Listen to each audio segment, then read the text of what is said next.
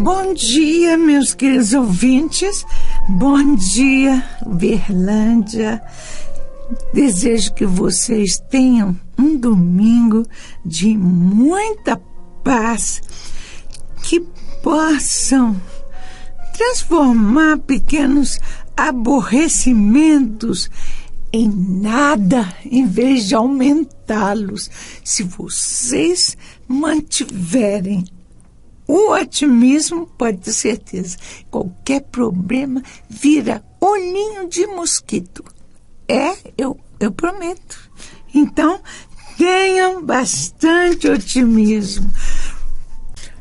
Antes de começar a preparação para a gente fazer a prece, eu vou responder a dúvida de uma irmã.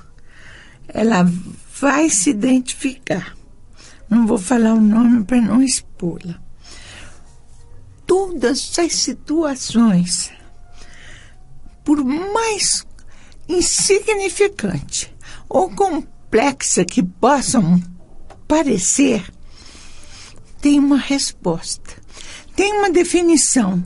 Se não é no hoje, tem suas raízes profundas em vidas pretéritas. Essa nossa irmã, aliás, uma linda jovem, ela é veterinária. E ela, como tem que trabalhar junto com animais, ela estava também sendo acompanhada por um instrutor. E ela chegou numa fazenda aí, onde todos os animais eram calmos, não tinha problema. E, no entanto,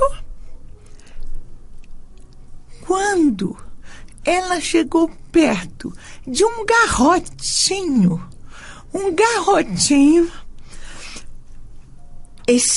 ele virou uma fúria, virou uma fera, corcoviava, mas ficou uma coisa dentro do curral de todo mundo ter medo de um bezerrinho, um garrotinho.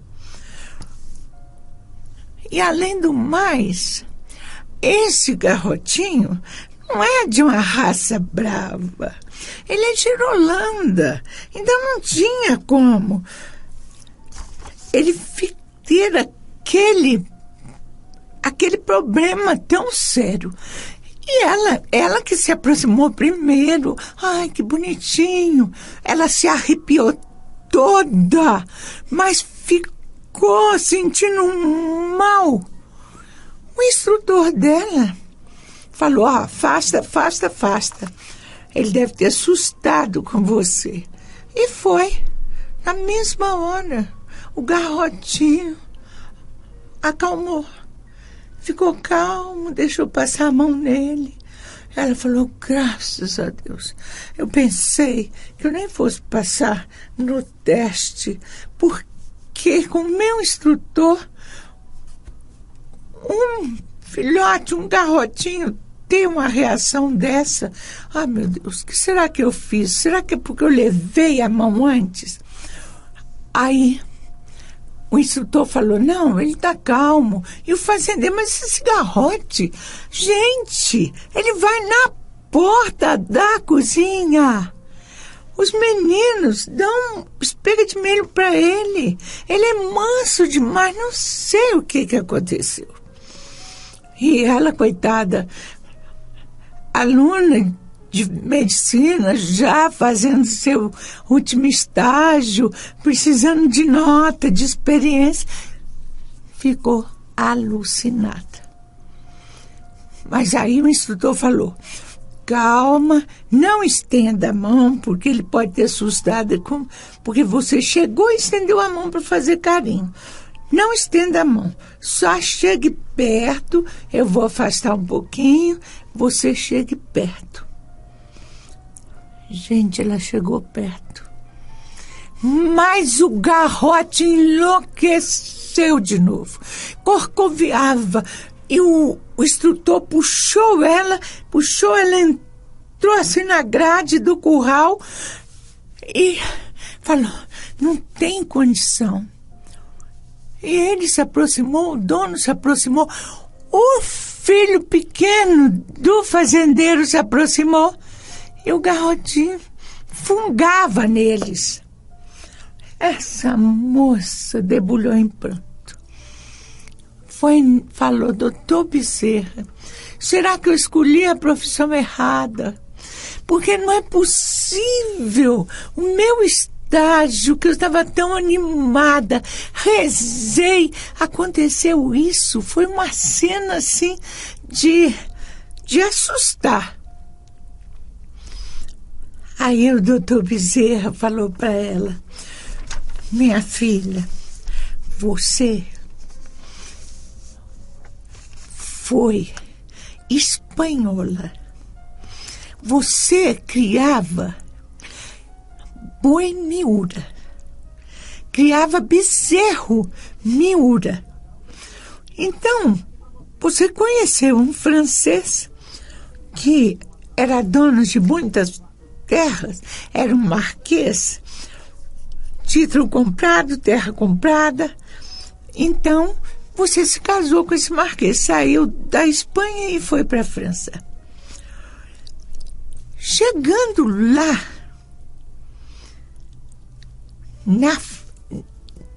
na França, você estava andando a cavalo com ele, calma, tranquila, quando de repente o cavalo empinou e você foi ao chão. Havia um inimigo exatamente desse período da Espanha, que era um órfão que você tinha acolhido e colocou ele para tratar dos bezerros.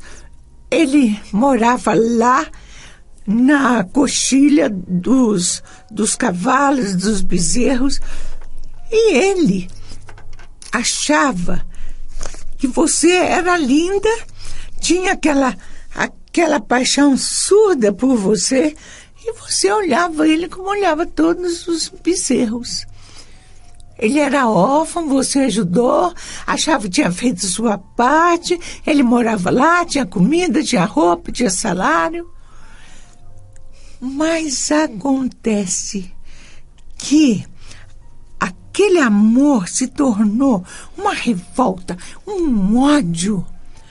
E ele então, quando você foi para a França, foi acompanhando você.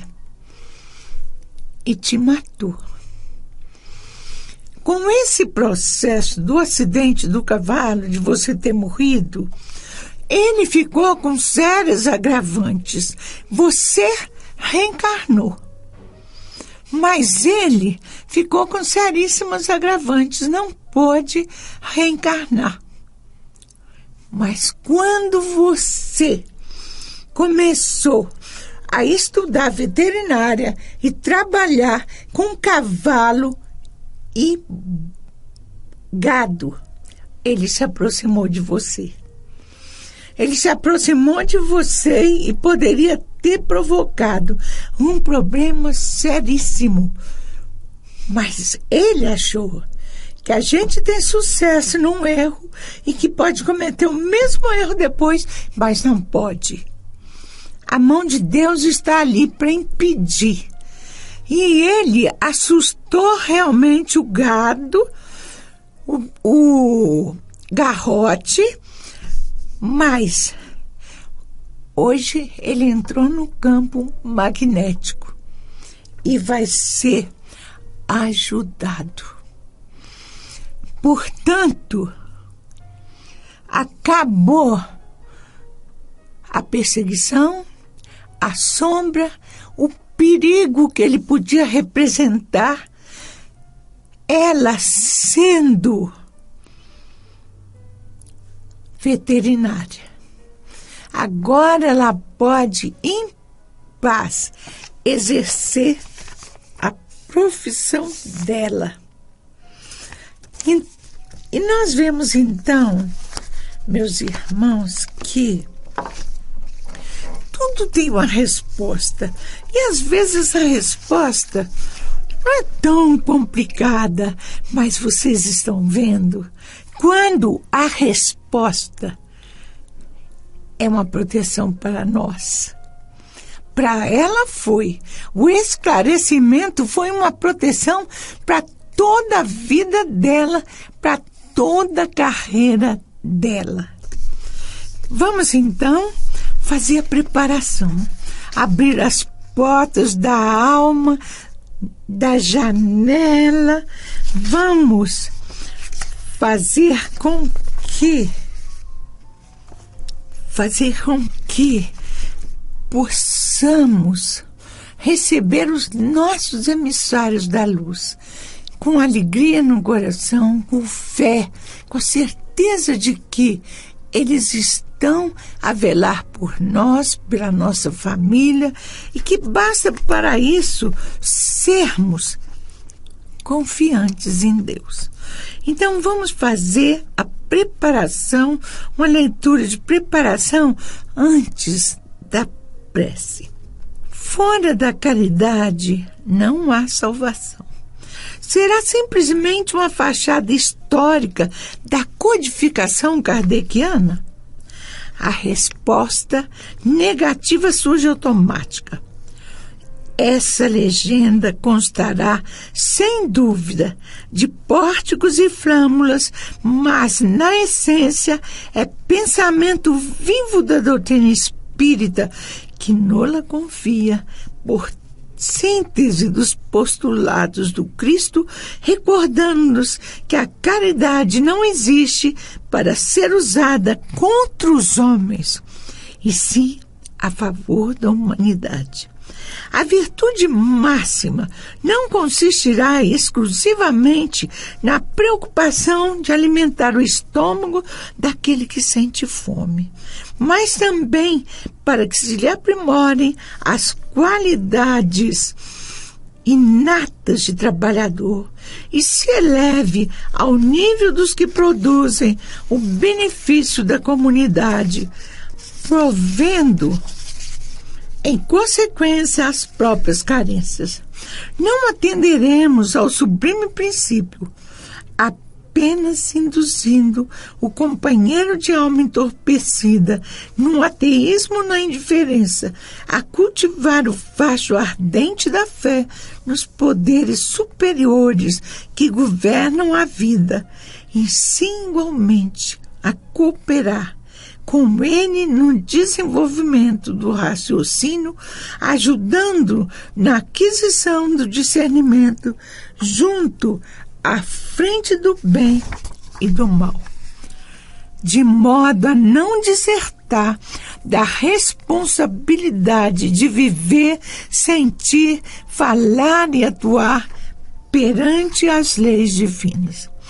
Eis a razão porque a tarefa primordial do Espiritismo não se fundamentará em condenar tacitamente os erros dos outros, mas ergue-se em Instituto Natural de Orientação e Corrigenda, inspirando-nos a acertar sempre mais com a verdade que nos fará livres da ignorância. Também não se apoiará em abraçar cegamente todos os desejos dos semelhantes a pretexto de lhes açucararmos a existência, mas levanta-se em escola de compreensão e fraternidade, dentro da qual aprenderemos a amar com equilíbrio e proveito. Caridade é socorrer o próximo, sem esquecer de lhe valorizar e ampliar as faculdades positivas para que o próximo preencha as finalidades a que se encontra destinado pelos objetivos da vida. É auxiliar a outrem não só para a remoção de necessidades ou obstáculos, mas, acima de tudo, para que a pessoa auxiliada se faça mais útil e mais nobre em si, porque todas as criaturas nascem e vivem na carne para morrer bem e renascer sempre melhores. Tal é a lei. É do nosso querido André Luiz, por intermédio do nosso Chico Xavier.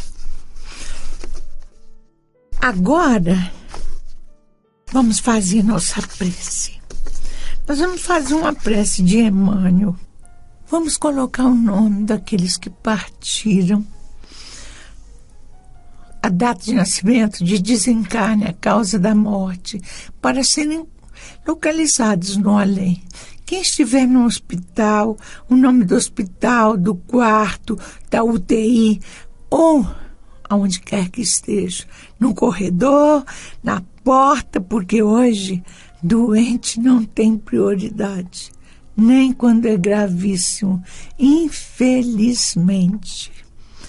Então, só confiando mesmo em Deus e rogamos Deus, orar por nós, ampara os nossos jovens, as nossas crianças, as mulheres que lutam sozinhas para criar seus filhos, para os velhinhos abandonados pela família, por todos os enfermos. Vamos então, Senhor, fazer a prece que Emmanuel deu por intermédio do Chico. Senhor, clareia-nos o entendimento, a fim de que conheçamos em suas consequências os caminhos já trilhados por nós. Entretanto, faça-nos essa concessão mais particularmente para descobrirmos sem engano as estradas mais retas que nos conduzem à integração com os teus propósitos. Alteia-nos o pensamento, não somente para identificarmos a essência de nossos próprios desejos, mas, sobretudo, para que aprendamos a saber quais os planos que traçaste a nosso respeito. Iluminai-nos a memória, não só de modo a recordarmos com segurança as lições de ontem, e sim, mais especialmente, a fim de que nos detenhamos no dia de hoje, aproveitando-lhe as bênçãos em trabalho e renovação. Auxilia-nos a reconhecer as nossas disponibilidades, todavia concede-nos semelhante amparo, a fim de que saibamos realizar com ele o melhor ao nosso alcance. Inspira-nos, ensinando-nos a valorizar os amigos que nos enviastes. No entanto, mais notadamente, ajuda-nos a aceitá-los como são, sem exigir-lhes espetáculo de grandeza ou impostos de reconhecimento. Amplia-nos a visão para que vejamos em nossos entes queridos não apenas pessoas capazes de auxiliar-nos, fornecendo-nos apoio e companhia, mas, acima de tudo, na condição de criaturas que nos confiaste o amor, para que venhamos a encaminhá-los na direção do bem. Ensina-nos a encontrar a paz na luta construtiva, o repouso no trabalho edificante, o socorro na dificuldade e o bem nos supostos males da vida. Senhor, abençoa-nos, estende-nos as mãos compassivas em tua infinita bondade, para que te possamos perceber em espírito na realidade das nossas tarefas e experiências de cada dia, hoje e sempre, que assim seja.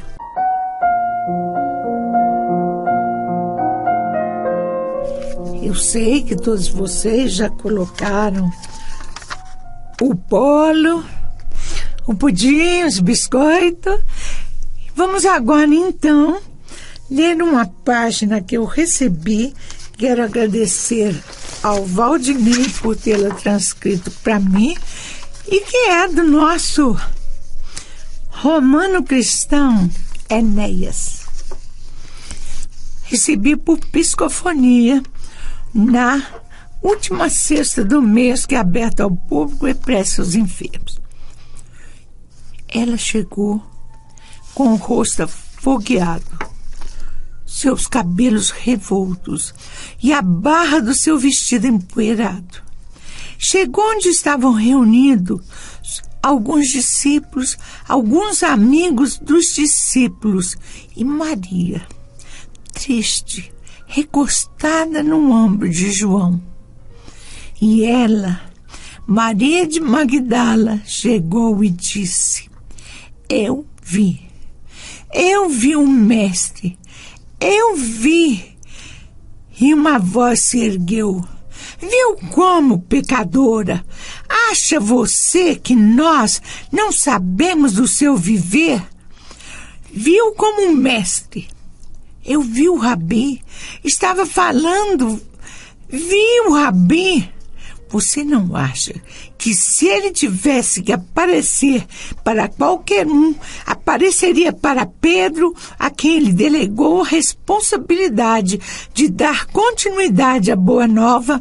Apareceria para João, a quem ele nunca negou amar intensamente? Ou apareceria para essa mulher cheia de virtudes que é sua mãe? Você acha que ele apareceria para você, uma pecadora? E ela, com lágrimas escorrendo pela face, que de repente havia ficado lívida, tornou a falar: Eu vi o Rabi. E Maria se aproximou dela e falou: Minha filha, me diga como isso aconteceu. Quando vocês saíram e eu fiquei, o Rabi apareceu, conversou comigo. Ele está vivo. Maria de Magdala, na sua dor, diante da saudade de todos que estavam ali, diante da enorme saudade do desamparo que ela sentia, ela, Maria de Magdala, passou a soluçar e Mãe Santíssima lhe disse: Eu creio em você, minha filha. Eu creio. Seus olhos, a sinceridade de suas palavras. Eu creio que realmente, depois que deixamos o túmulo do meu filho, você pode tê-lo visto sim, porque você ficou. E Maria de Magdala, apertando fortemente aquela mulher, soluçava enquanto um homem insistia: Você teve uma alucinação. Por que Jesus esperar que a sua mãe, tão amantíssima, saísse? Joana de Cusa, que desafiou o poder de Roma, mulheres respeitadas como Maria, mãe de Marcos, por que ele iria esperar todas essas mulheres tão cheias de dons morais, de virtudes, se afastarem para aparecer justamente para você? Pecadora conhecida em Magdala como a mais infeliz de todas as filhas daquela terra. Como? E ela, olhando para Pedro, que tinha o seu olhar duro, olhando para os outros discípulos, ela viu que não havia em nenhum deles a credibilidade de suas palavras. Mas João se aproximou e disse: Maria de Magdala, eu sei da grandeza do Mestre, eu sei da sua grandeza, sei que você, deixando durante meses e meses pela estrada da vida seus erros e seus pecados, sei que você foi seguindo passo a passo os caminhos de Jesus, sei o quanto você sofreu do repúdio de todos que cercavam o Mestre, mas sei também que há muito de sinceridade nas suas palavras. Aprendi a conhecer as palavras pelo falar e pelo olhar. Nos seus olhos existe a pureza. Em suas palavras, a verdade. Eu creio que você viu Rabi. E ela, soluçando, se recolheu com Maria para outro cômodo e adormeceu com grandes soluços a lhe explodir no peito.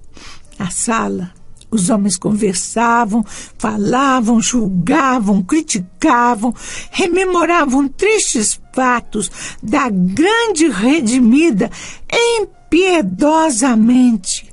Eles que estiveram tão perto de Jesus, na sua ressurreição, estavam tão longe, tão distanciados da bondade e da misericórdia do Mestre, se tornaram homens mais do que comuns e impiedosos diante de uma mulher que havia se redimido de suas culpas através da renúncia de si mesma.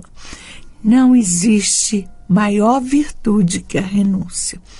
Não existe nada mais difícil que renunciar. Basta perguntar a alguém se é capaz de renunciar a algum bem que possua de ordem material, que vocês perceberão a reação. Mesmo que as palavras digam sim, os olhos da alma dirão não.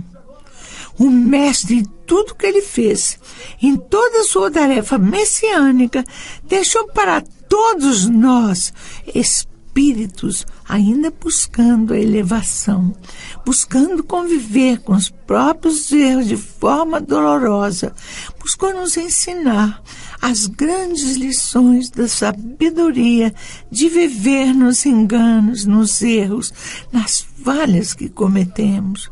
Nos ensinou quando ensinou Maria de Magdala a não errar mais.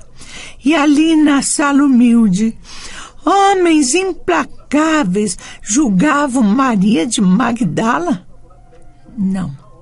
Naquele instante, mais uma vez, estava em julgamento Jesus.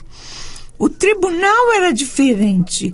Não tinha Pôncio Pilatos, tinham seus próprios companheiros, tinham seus discípulos que o conheciam profundamente, que tinham visto e recebido dele lições enormes de renúncia, de amor, de bondade, de perdão e de compreensão. Novamente, ali estava sendo julgado Jesus, que veio depois comprovar realmente que Maria de Magdala não mentira, porque ela era a grande verdade, não só da ressurreição do Mestre, mas do próprio ressurgir dela mesma, das sombras para a luz. Que a paz se faça em todos. Salve Jesus. E se você errou, se você de alguma forma carrega dentro de você algum sentimento de culpa, de remorso, lembre-se que Jesus aí está. Siga adiante, renove seus passos e você será feliz. Não importa o julgamento dos homens. O que importa é o julgamento dos valores que conquistarmos perante Deus. E hoje eu tenho uma amiga que vocês já conhecem, uma filha da alma, uma grande médium, colaboradora em todos os setores, que é a nossa Vânia Miranda de Freitas. Ah, não esqueci dessa vez, não. Então, Vânia, obrigada por ter arranjado um tempo para o nosso programa. Bom dia a todos. Eu hoje trouxe um texto sobre a adolescência, mas numa visão espírita. eu li, achei assim muito interessante, porque nós estamos vivendo épocas difíceis. E eu achei que seria interessante compartilhar esse texto com vocês. Então, numa época de total decadência moral, nós vemos que a sociedade num todo e aqueles que irão representar o futuro, que são os jovens, estão atordoados em pensamentos desequilibrantes, em viciações e até em violências, porque não foram ensinados a disciplinar essa força mental e canalizá-la para o bem. Por isso, lapidar a alma infantil é muito importante. Nós não podemos medir as consequências daquilo que diariamente jogamos na alma da criança. Não existe nada mais importante hoje quando o trabalho de evangelizar a criança. Ela deve ser orientada quanto aos perigos que representa a livre caminhada para o abismo da liberdade excessiva e a permissividade dos costumes. Se antes eram palavras que deveriam ser direcionadas para o aperfeiçoamento moral da criança, com o passar do tempo, já passam a ser ações que perderão a direção, pois a alma passará a resgatar suas más tendências do passado. E é importante que as famílias se unam na evangelização de seus filhos, filhos de seus amigos e toda e qualquer criança que lhe atravesse o caminho. Hoje, famílias caminham atônitas diante de jovens que não conseguem entender. O jovem inadaptado ao novo meio social, ele sofre o conflito de não ser mais criança e, no entanto, sem estrutura organizada para os jogos da idade adulta, inseguro quanto ao futuro, o mundo lhe parece hostil. Ele sente os desafios que enfrenta e relaciona com o que aprendeu. Se fascina com oportunidades encantadoras que lhe surgem a todos os momentos e atira-se com sofreguidão a prazeres novos que lhe tomam todo o corpo. Entra em conflitos naturais que surgem da incerteza de como comportar-se. Nesse período, o corpo do adolescente é um laboratório de hormônios que trabalham em favor das definições orgânicas. A velocidade das telecomunicações, trazendo informações em grande quantidade, estimulam o sorver de todos os prazeres de um só gole. Os esportes com incontáveis propostas, os deveres que dizem respeito à cultura intelectual, a vivência religiosa que exige sacrifícios. Tudo isso fica à margem. A música alucinante e as danças sensuais levam à constante exaltação dos sentidos. Então, os pais e educadores devem caminhar lado a lado.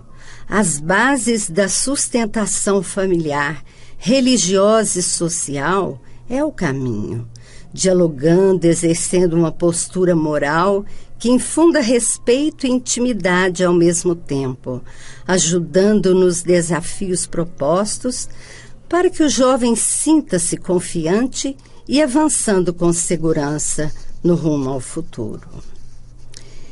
Insegurança e medos procedem das atividades mal vividas nas jornadas anteriores. Cabe aos pais essa tarefa educativa de orientar com direção segura sobre a conduta sexual, sem deixá-los desinformados para aprender com colegas pervertidos sem ética a respeito da prática e as suas consequências. A disciplina moral, os hábitos saudáveis, no preenchimento das horas, a oração, a leitura edificante, constituem um guia seguro para equacionar os problemas que surgem. E nós temos que ver que o adolescente atual, ele é o espírito envelhecido, acostumado com realizações nem sempre meritórias de outras vidas, que ele produz anseios e desgostos aparentemente inexplicáveis, insegurança e medo, isso em razão dos atos praticados outrora e que ele veio para reparar, superando os limites, avançando em outro direcionamento pela iluminação interior, que é o objetivo essencial da vida. Nesse período, muitos conflitos conturbam o adolescente, quando ele tem em mira o seu projeto de vida ainda não definido. Surgem dúvidas atrozes no profissional, ao que aspira, ao financeiro da escolha. O projeto existencial do adolescente não pode prescindir da visão espiritual da vida, das aspirações do nobre, do belo, que serão as realizações que direcionarão seus passos para a felicidade. E o lar é o grande formador do caráter do educando. A influência dos pais é decisiva para a elaboração e desenvolvimento da identidade do adolescente, através de diálogos esclarecedores, e o jovem contará não só com a ajuda dos pais, mas terá também a proteção dos seus guias espirituais, responsáveis pela sua experiência reencarnatória. E esse adolescente passa a entender que os fenômenos existenciais independem de suas imposições e percebe que não basta querer, mas produzir e perseverar, que existem limites que não podem ser ultrapassados.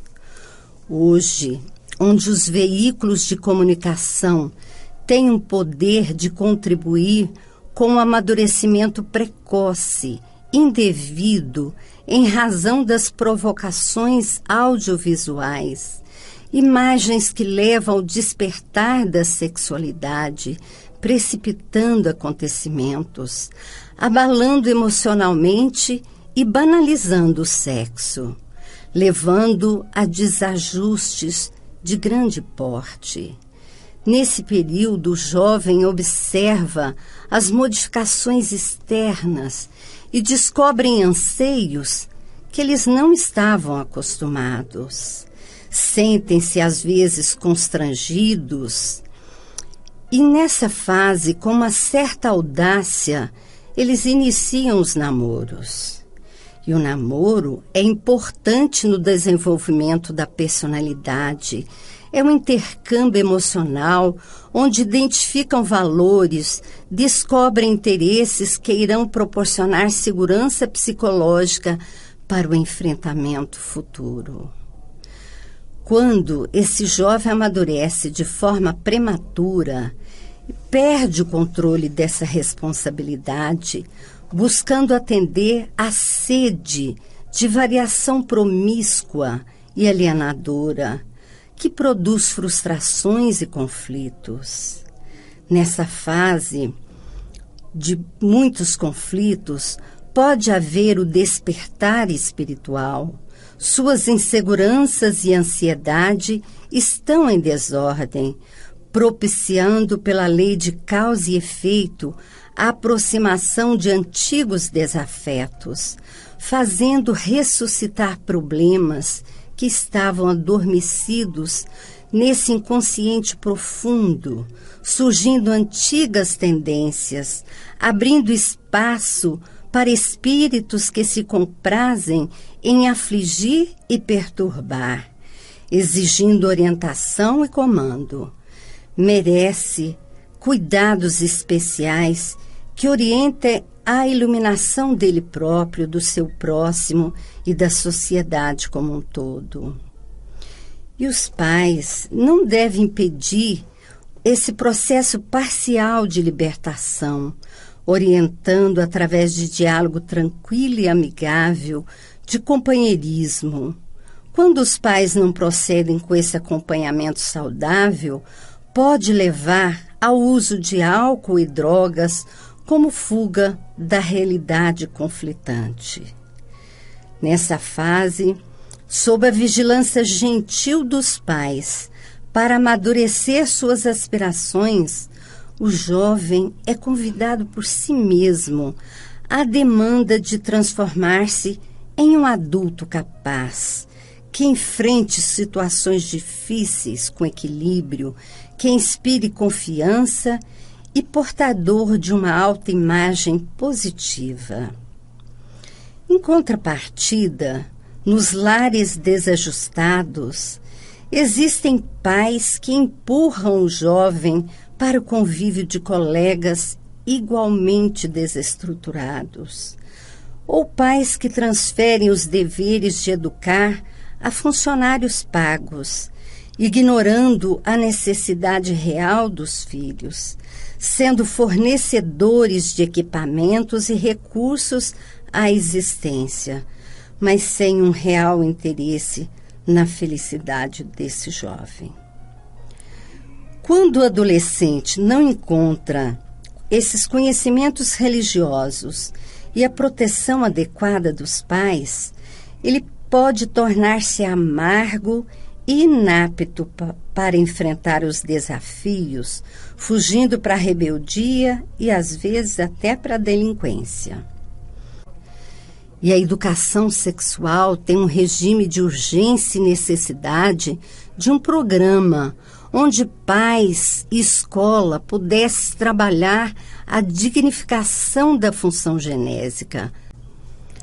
Então, essa educação no lar, na escola, constitui um recurso terapêutico valioso na prevenção às drogas e desvios comportamentais e sociais, oferecendo valores que resistam aos desafios do cotidiano, preparando-os para saudáveis relacionamentos sociais, evitando isolamento que empurra para fugas, que são viagens para lugar nenhum. E esse adolescente, quando é vitalizado pelo amor da família, ele tem facilidade de exteriorizar o mesmo sentimento. O amor se lhe desenvolve enriquecedor, permitindo a descoberta de objetivos da vida e os meios para alcançá-lo. E a religião desempenha um papel importante na formação moral e cultural do adolescente, pois aumenta a compreensão em torno da realidade da vida e seus objetivos essenciais. No período da infância e adolescência, o ser forma o caráter sobre as heranças das reencarnações anteriores, que nem sempre se expressam de forma feliz, produzindo choques e dores que devem ser canalizados pela educação, por exercícios moralizadores, até que fixem as disposições definidoras de um rumo feliz.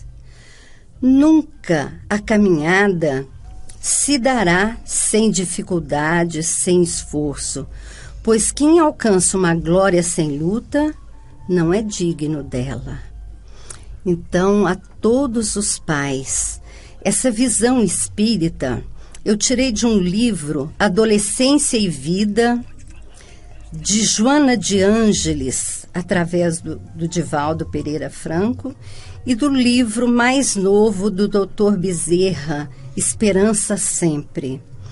Então, os pais, todos os pais, nessa época difícil em que estamos vivendo, devem estar atentos, procurando observar os seus filhos e acompanhar todo esse processo.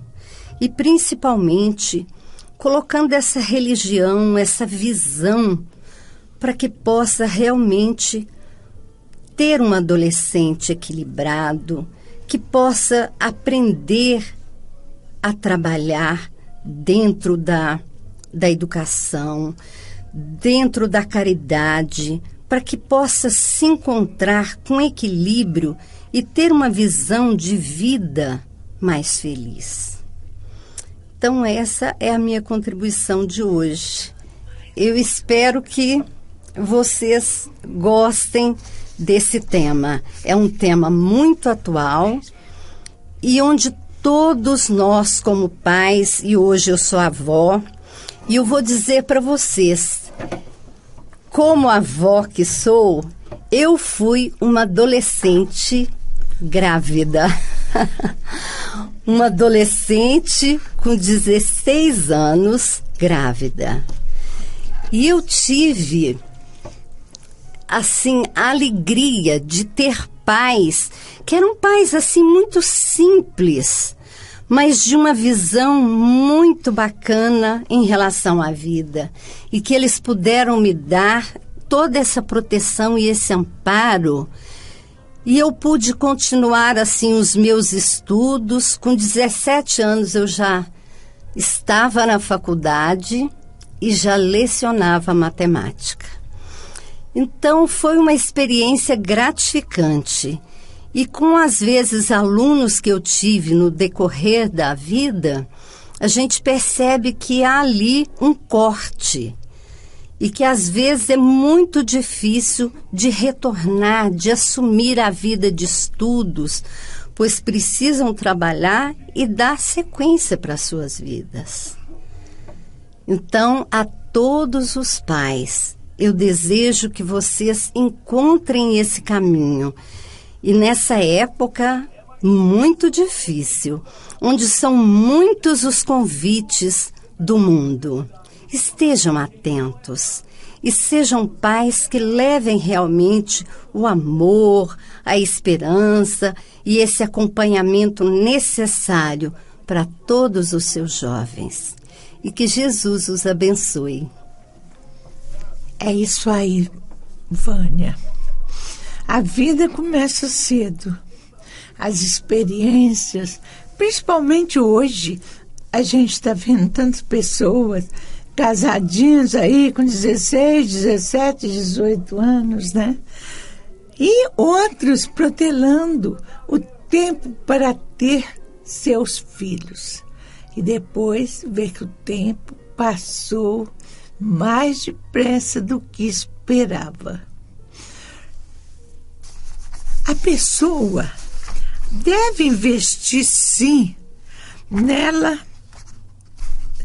o máximo que puder. Ela deve lutar para estudar, para ser alguém independente. E a nossa Vânia foi e é uma famosa professora de matemática. Tem muito doutor aí que lembra dela, apesar dela ser nova também, mas que lembra dela. Então, nós devemos empreender permanentemente essa luta interior para crescer. Mas não podemos deixar de também pensar que a vida passa mais depressa do que a gente pensa.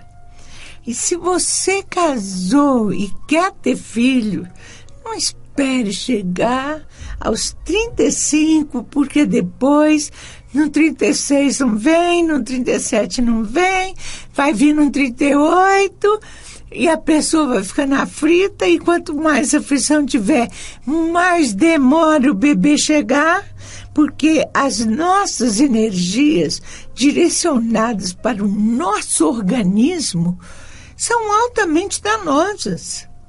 Elas são pesadas. Ninguém pode vibrar pior para nós do que nós mesmos. Então, nós centralizamos nos nossos órgãos aquela força negativa. Por isso é importante. Olha aí os paratletas. Olha quantos paratletas, sem olhos, sem pernas, sem braços, campeões. Eles não são campeões no esporte, não. Eles são campeões na vida. E não adianta nada a gente chegar num plano espiritual e ver todo mundo enfileirado. Aquelas pessoas que às vezes nós nem valorizamos. Receber a sua medalha de ouro, sua medalha de prata. E a gente recebeu aquela medalha tão pequenininha, porque não fez nada. E ainda falar, ainda bem que eu recebi uma medalha pequenininha. Porque tudo na vida é premiado. A sua renúncia, a sua dedicação, o seu amor, a sua tolerância, a sua paciência, tudo. Mas o amor é capaz de superar, sim, a multidão de pecados.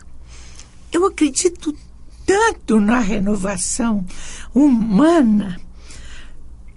Eu tenho fé que a pessoa é capaz de se superar. Ela é capaz de chegar àquele ponto, no fundo do poço, e falar: não, eu ainda tenho que me conceder uma chance. Eu tenho que provar para mim mesma que eu sou capaz, que eu dou a volta por cima, que eu sou gente bastante para crescer e me renovar. Eu creio que todos vocês, considerados certos ou errados, seja lá qual for, é tão difícil a gente julgar o certo e o errado diante da vida, porque de repente você acha uma coisa errada, chega Deus e fala: pois é, isso aí estava programado. Você acha que uma coisa estava certíssima e você vê que são os descaminhos da vida. Então, vamos enfrentar tudo e seguir adiante. Quero mandar um grande abraço para Karine, em Patos de Minas, para Isabela, em Brasília. Ah, te amo, Isabela. Um beijão para você. Para essa turma que eu amo tanto e que trabalha tanto na Associação Espírita Christopher Smith, aí em Belo Horizonte, e que é coordenada pelo Dr. Christopher Smith. São tão dedicados, possuem uma creche perto de uma favela, se dedicam tanto que Mãe Santíssima os abençoe sempre. E nesse instante quero mandar um grande abraço para vocês. Amo vocês. Fiquem com Deus. Sempre, sempre, sempre.